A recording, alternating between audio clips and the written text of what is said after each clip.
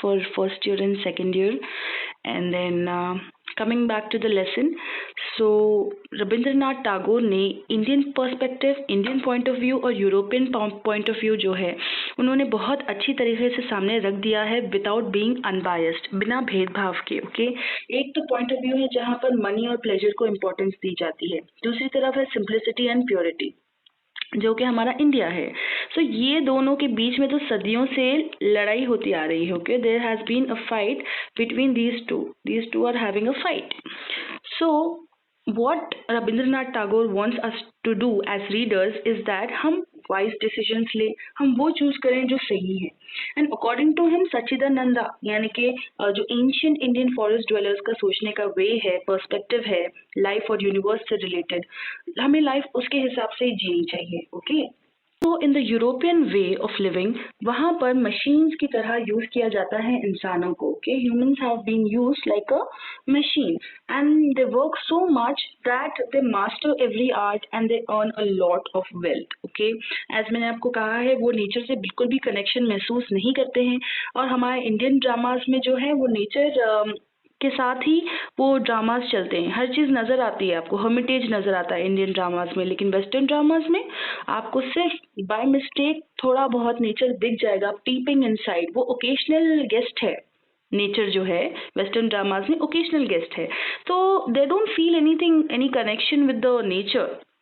That is the reason why they are only earning wealth. Okay, so nature is an occasional guest in the western literature, whereas Indian perspective क्या है कि nature से हमें सुकून मिलता है, nature तो होना ही चाहिए हर जगह। ओके, और हमारे जो मोस्ट पॉपुलर ड्रामाज है, जैसे मैंने आपको कहा है अभिनाना शकुंतलम और उत्तरा रामाचरित्र, ये प्लेज में नेचर को बहुत अच्छे से दिखाया गया है। ओके, सो जो मेन ओपोजिंग व्यूज है रविंद्रनाथ टैगोर के, यानी कि जो कॉन्ट्रास्ट, जो डिफरेंसेस वो दिखाते हैं अपनी इस लेसन में, वो है materialism and spiritualism. Okay, it's understood कि materialism is the European way and spiritualism is the Indian way. फिर एंशियंट व्यू, पुराने सोचने का तरीका, और मॉडर्न आउटलुक क्या है।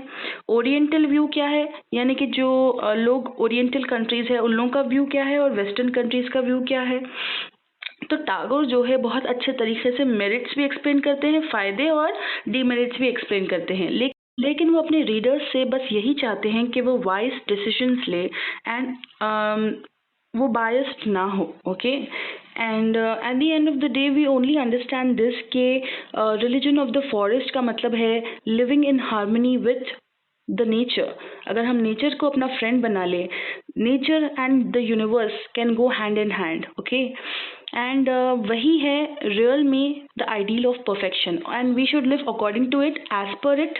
Okay, and we should respect it, तभी हमारी लाइफ में पीस और प्रॉस्पेरिटी आ सकती है। Okay, I just hope you understood the complete lesson, and do hit the subscribe button, and don't forget to follow me for more updates on intermediate first year and second year English lessons.